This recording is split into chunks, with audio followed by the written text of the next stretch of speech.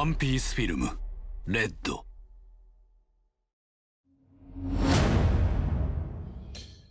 Hey everybody, another exclusive interview here again, this time with Mr. Jim Foronda. How you doing today, Jim? I'm doing well. How are you? Pretty good, pretty good. For the people that don't know you, give them a little breakdown of what you've done so far, what you've done in the world.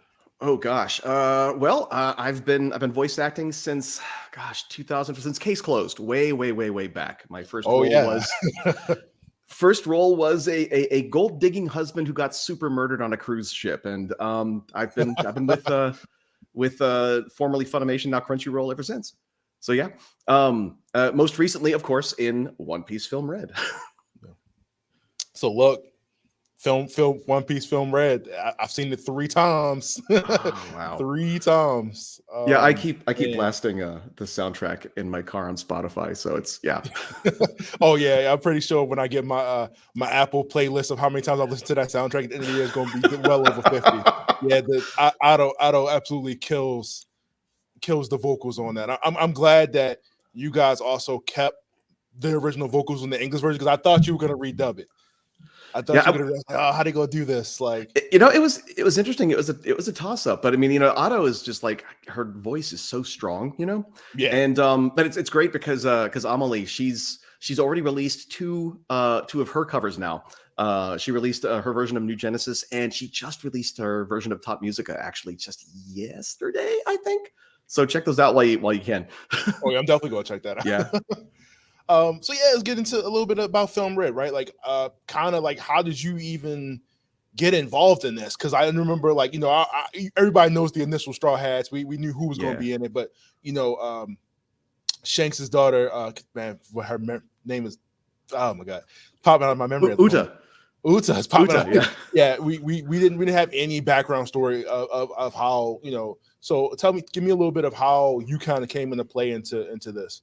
Well, so One Piece, it's been running for so long, and it is, I've told everybody, it's a gift for character actors, people who can make their voices sound like, because Oda's designs are just bonkers. They get real crazy. So I'm kind of known for doing a lot of character work. And so they would bring me in, hey, be this giant slug wave, be this little monkey wearing a top hat and ringing the bell. But I think probably the largest thing I've done on One Piece before Gordan was Vanderdecken in the Fishman Island arc. All the ba ho ho ho ho's and his creepy fixation on Shirahoshi. So I'm sprinkled all throughout One Piece, occasionally being Shark Orphan Boy, or man screaming in corner of fire, or it's just it's fun. It's fun. One Piece is the gift that keeps on giving. But yeah, Gordan was new because he's pretty much a human being, albeit a kind of Frankenstein-y looking one. But I mean, his story is just, there's so much emotion and pathos in his story. He's got all this regret and sorrow, and it was a really good, really juicy role to jump into. And I've never had anything like that before, and I was bless Anthony Bowling for considering that I could do that, and B, directing me through it, and I'm really happy with the work. So yeah.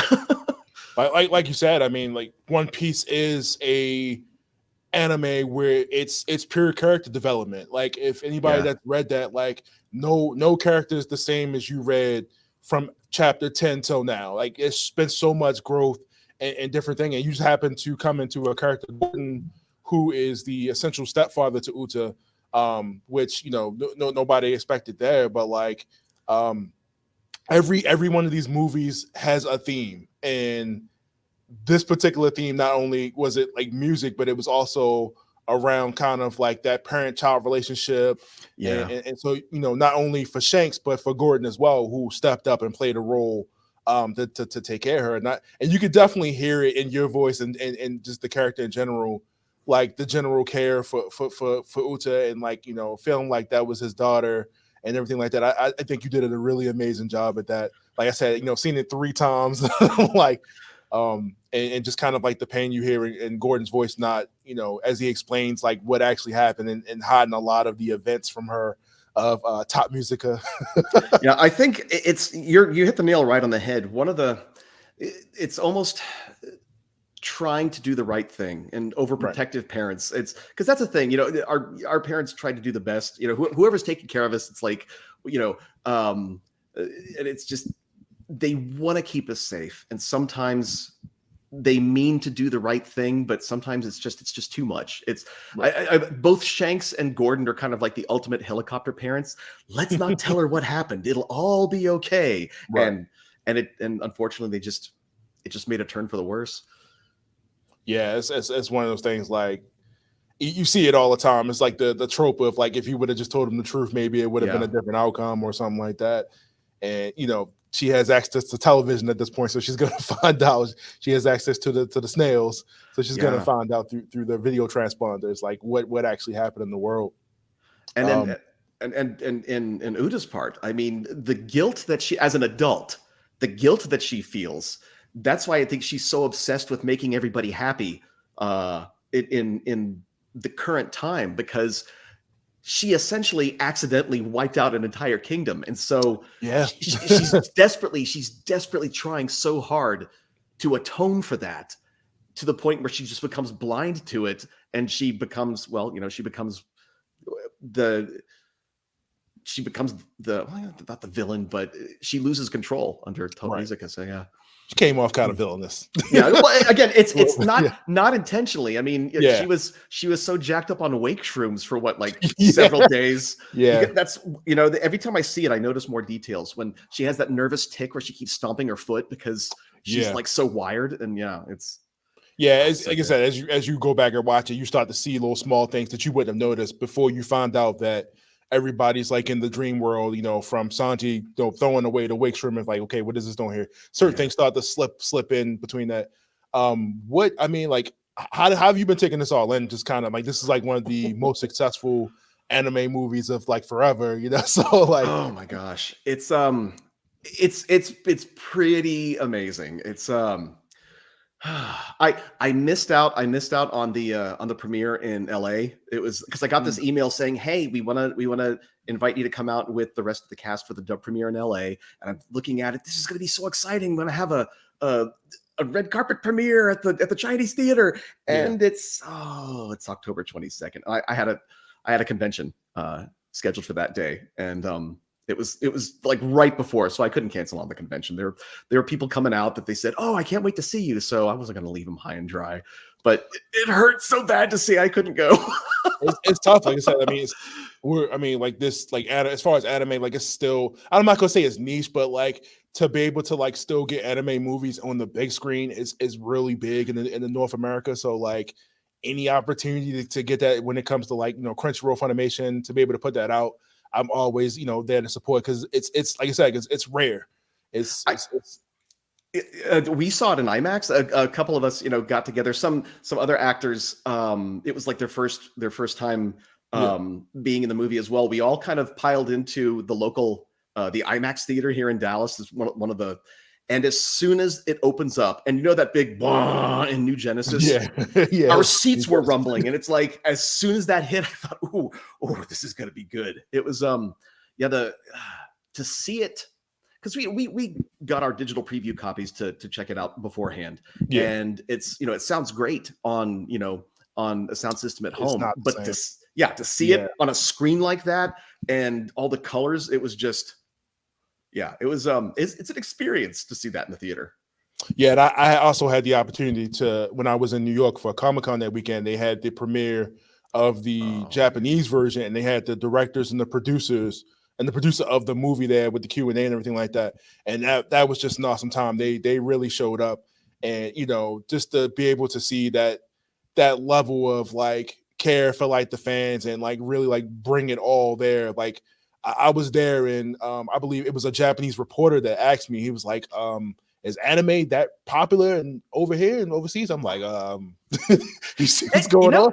It's crazy. It's because I remember the first time I ever saw any like anime movie was, in the 90s, and it was like on a copy of a videotape. It was before there was like a legitimate resource, and then when Toonami started in the late 90s, and it kind of became, oh, this is sort of a niche thing, but now it's nowhere near as niche as it used to be. No. I mean, the fact that on that first Friday, the one day we beat The Rock for one day, which is crazy. One Piece beat Black Adam on the Friday, specifically Friday. I remember looking at the number; it was $69,835,000.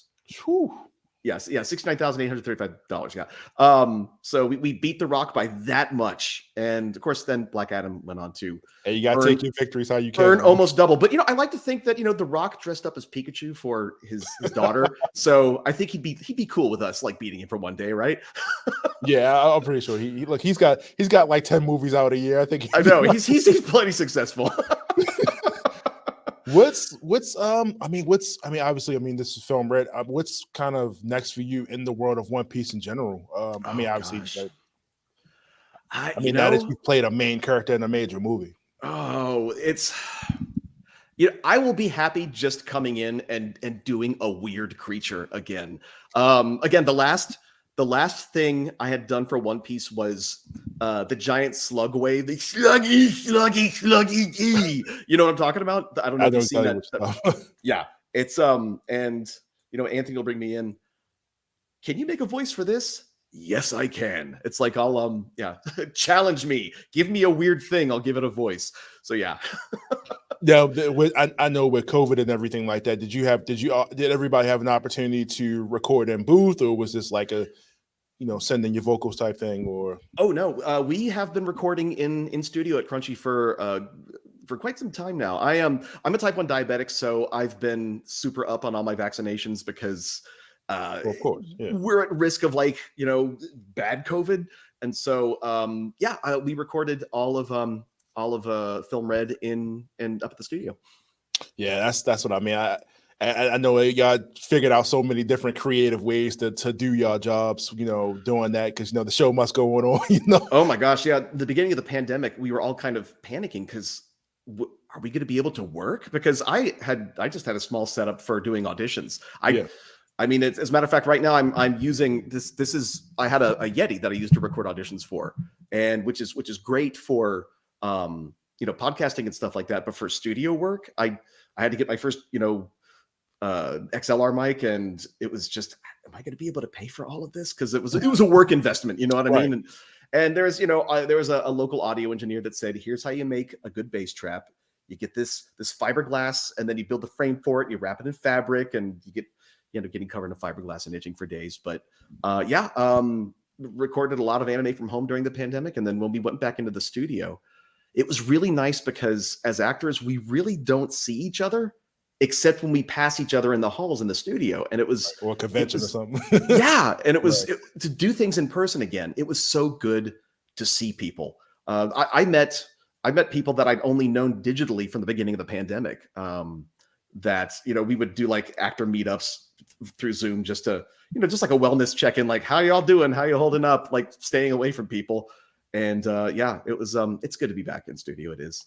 Like you picked a wonderful time to come in to pick a main character in the world of One Piece, man. Like we've had One Piece has just been taking over this entire year. That whole thing in New York. Like they had all of Times Square. That was crazy. Yeah, I was there. I couldn't believe it. I mean, you think like One Piece was always the story that people was like, oh, it's too long. I don't want to get into it. It's too much. I don't know. Like just you can't force One Piece on people. You gotta like, okay, check this out, and then walk away. You gotta let them like stumble into it. And I think the movies are an excellent way to get into One Piece. Even though it might seem overwhelming, but the payoff is so worth it. Every time you watch it, and even I said, like, now that you're officially going to be getting your own Gordan merchandise, for a character that you had the opportunity. Oh man, I wish I've hit all the import online stores, and everybody's gotten merchandise except for Gordan. There's it's all the straw hats and the top music get-ups that they have at the end of the movie, and there's Uta and Gordan. I think he's just a little too creepy looking. He's a little too Frankenstein-y. I don't know, but if I'm hoping for just like one of those little acrylic keychains, anything. I'm pretty sure we'll definitely get something because the card game is coming out pretty soon. Oh, yes, that's true. He does have a card. I was that. about to say, yeah. They have a movie pack or something like that with like all the movie characters and stuff in there. So got to give Gordan something. Yeah, even though for whatever reason he couldn't throw away that sheet music, but I didn't because a music-loving old fool that couldn't throw away that cursed score. Like I said, this is a good year to absolutely get into One Piece. But besides One Piece, what's next for you, Jim? Like, what do you have that fans should be looking out for that you got lined up? Well, right now I'm in Shinobi no Itoki, which is a story about a kid regular high school kid. One day a girl has kind of asked him out, and then she tries to kill him because it turns out he is the heir to a ninja clan, and he didn't know that. And so his mom, everybody, they kind of bring him in. It's like, you got to go to ninja school and learn to become a ninja. And it's all, oh, it's fun. But boy, it gets pretty serious at some points. Everybody in town is part of this ninja clan, but they all kind of have their alter egos. And I play the old guy at the grocery store, and who actually he can fight. I have to watch ahead to know what I'm going to be dubbing the next week. So there's some fun stuff coming up with Kozo. And it's something that it has wrapped. The most recent show that I was in was Trapped in a Dating Sim. The world of Otome games is tough for mobs. So, and I played Luxion in that. I played the world's most powerful microtransaction. Yes. The hero's sidekick that basically makes him all powerful. I was going to say like, because you don't have like an old guy voice, but you're playing like older guys. You know what I mean? Like you're. Well, if you want me to, I could have done the entire interview in something like this if you wanted to. Or maybe if you wanted to have kind of the grandpa, the mad inventor type person. Yeah. Yeah, man. That's my thing. I've kind of gotten typecast for character roles, in the earlier 3/4 of my career, but during the pandemic, some people noticed, oh, you can actually voice regular people, and so I got more like regular human being roles, like everyday people roles. But to this day, I know there are some people that like to save me for to sprinkle me across stuff. I need you to be this ramen chef, this screaming fella, this robot, and this old guy. And I can do all that in one episode if necessary. So hey, that portfolio is diverse. It can be. You can't say you play the same characters. That is true. I guess my last question is the most important one. Who's your favorite One Piece character? My favorite One Piece character. Okay, my favorite One Piece character who is not me, because that would be just silly. I've always loved. Give yourself some devil fruit abilities. I've always loved Chopper. I like animals. They're fun, and Brina makes Chopper just all the more just like adorable. Chopper's and he's a doctor, so it's like he heals people. Yeah. So yeah, it's like here's this tiny reindeer. He's our doctor. So I've always loved that character. Look, you can't go wrong with Tony Chopper, man. Everybody's cute. He's lovable. Yeah, all the girls' favorite on the ship, and plus he's a doctor, like you said. So, look, Jim, I really appreciate you for taking the time once again to do this. I know you got a busy schedule. Thank you for bringing some life to One Piece. I really enjoyed your character, Gordan, man. That movie teared me up not once but twice, 3 times after watching it, especially with after you do your whole explanation of like your whole thing with Uta in the movie. Really enjoyed it. Cannot wait to see your name on future One Piece projects and many more things to come. And yeah, that was thank you so much. Thank you. I'm just people ask me what's it like. I'm just happy to be there. Yeah. It's been a pretty wild trip. Yeah.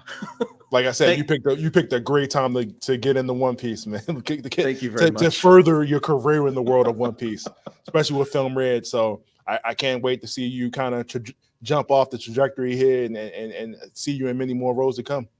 Thank you so much. Thank you so much, Jim. I'll see you later. See ya. See you.